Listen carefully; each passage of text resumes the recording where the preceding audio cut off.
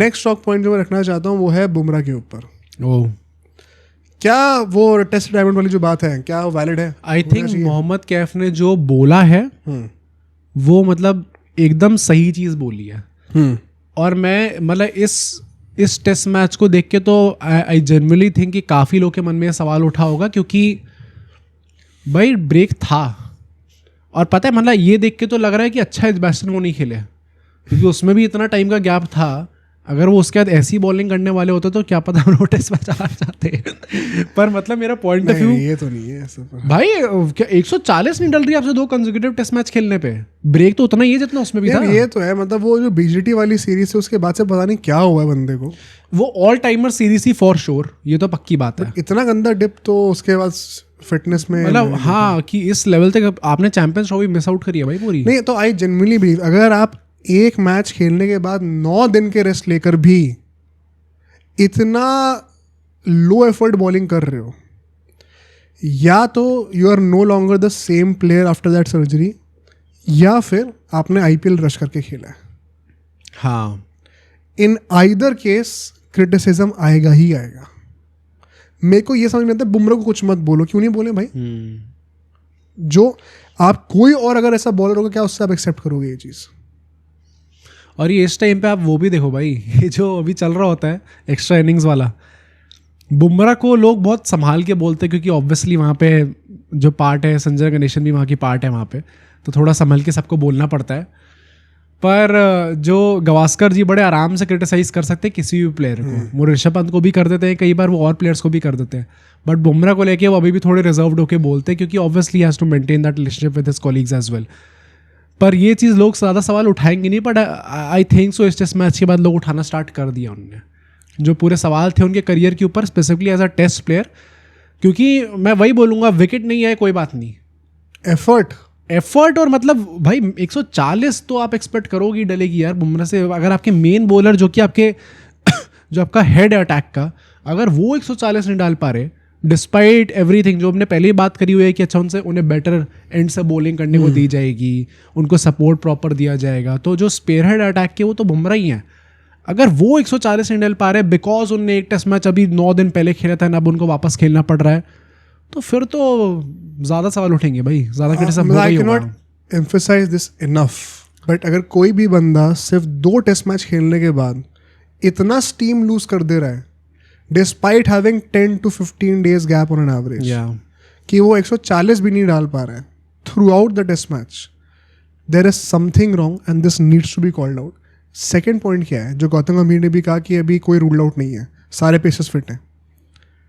ये चीज़ मैंने गवास्कर जी को बोलते सुनी थी। भाई लॉजिकली अगर आप सोचो, इंडिया ने एक ही बार तो बॉलिंग करी है इस मैच में, हाँ, और प्रैक्टिकली स्पीकिंग डे 4 पर भी हार्डली बुमराह ने कुछ बॉलिंग करी है। पहले सेशन के से पहले ही गेम खत्म हो गया था उनका, तो 2 दिन का रेस्ट तो ये भी हो गया, और 3-4 दिन का रेस्ट अभी और भी है, तो 4-5 दिन में आपको कहते अगला मैच भी खेलना चाहिए, बट क्या is it worth it right now? मतलब इस मैच में तो आपने एक ही बार बॉलिंग करी ना, 2 बार बॉलिंग थोड़ी करी है, तो मतलब क्या वर्थ इट होगा? ये बात तो अभी हम करेंगे। मैं कह रहा हूँ प्लेयर के पॉइंट ऑफ व्यू से अभी अगर टीम को जरूरत है, अब क्योंकि मैंने पत्थर की लकीर पे लिखा हुआ था कि मैं 3 ही मैच खेलूंगा और आपने तो मुझे अभी खिला दिया तो मैं अगला मैच नहीं खेलूंगा।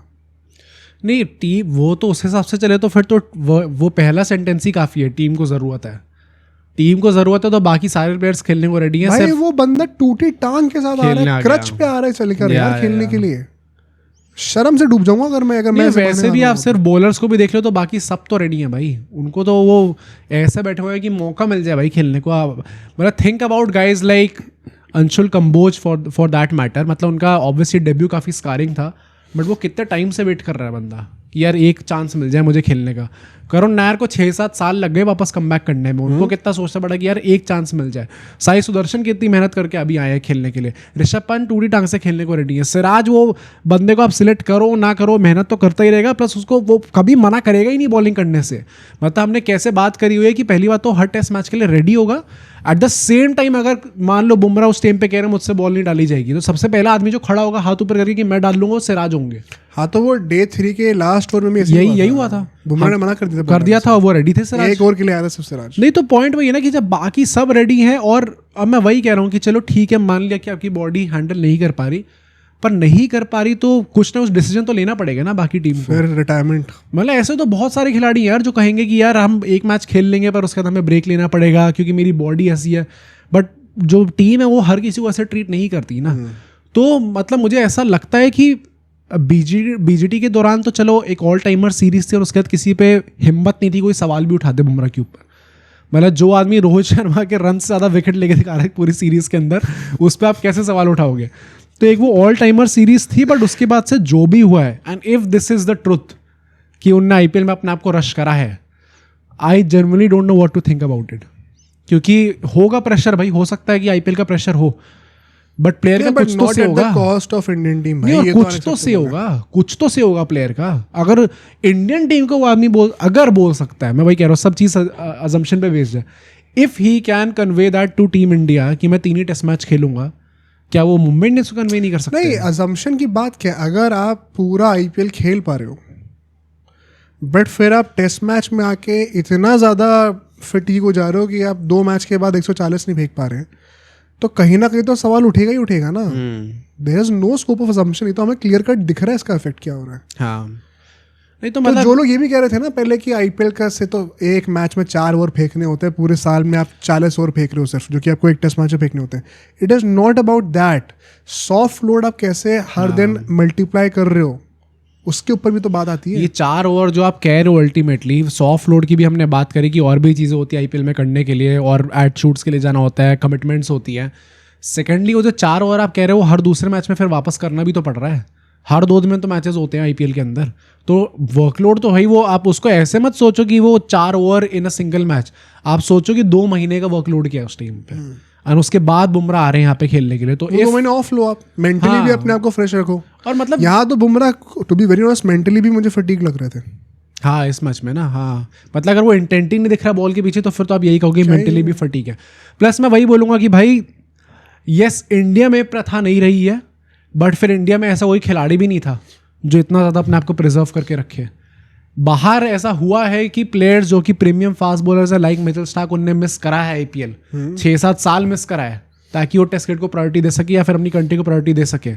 तो जो भी लोग ये भी बोलेंगे कि नहीं पर कोई हिंदुस्तानी बताओ जिसने नहीं करा हो, तो कोई हिंदुस्तानी ऐसा भी तो नहीं था जिसको इतना लिवरेज दिया जा रहा था। इतना प्रिविलेज किसको मिल रहा था? वो तो आईपीएल भी खेलेगा और बाकी सारे मैचेस भी खेलेगा। कोहली जब कप्तान थे तो हर चीज़ कर रहे थे, रोहित शर्मा जब कप्तान थे वो हर चीज़ कर रहे थे। तो अगर किसी खिलाड़ी को वैसा प्रिविलेज दिया जा रहा है कि ठीक है आप 3 ही टेस्ट मैच खेलोगे, हम रेडी आपके साथ खेलने को, तो with great power comes great responsibility, उनको वो भी करना पड़ेगा। सो फनी कि आज से 1 महीने पहले लोग गुस्सा होते कि बुमराह को कप्तान क्यों नहीं बनाया टेस्ट मैच में। हाँ, आप देख लो भाई, कैन यू इमेजिन कितना बुरी तरीके से वो डिसीजन एज करता। तो वंस अगेन ये criticism it's purely on the way his career is being managed.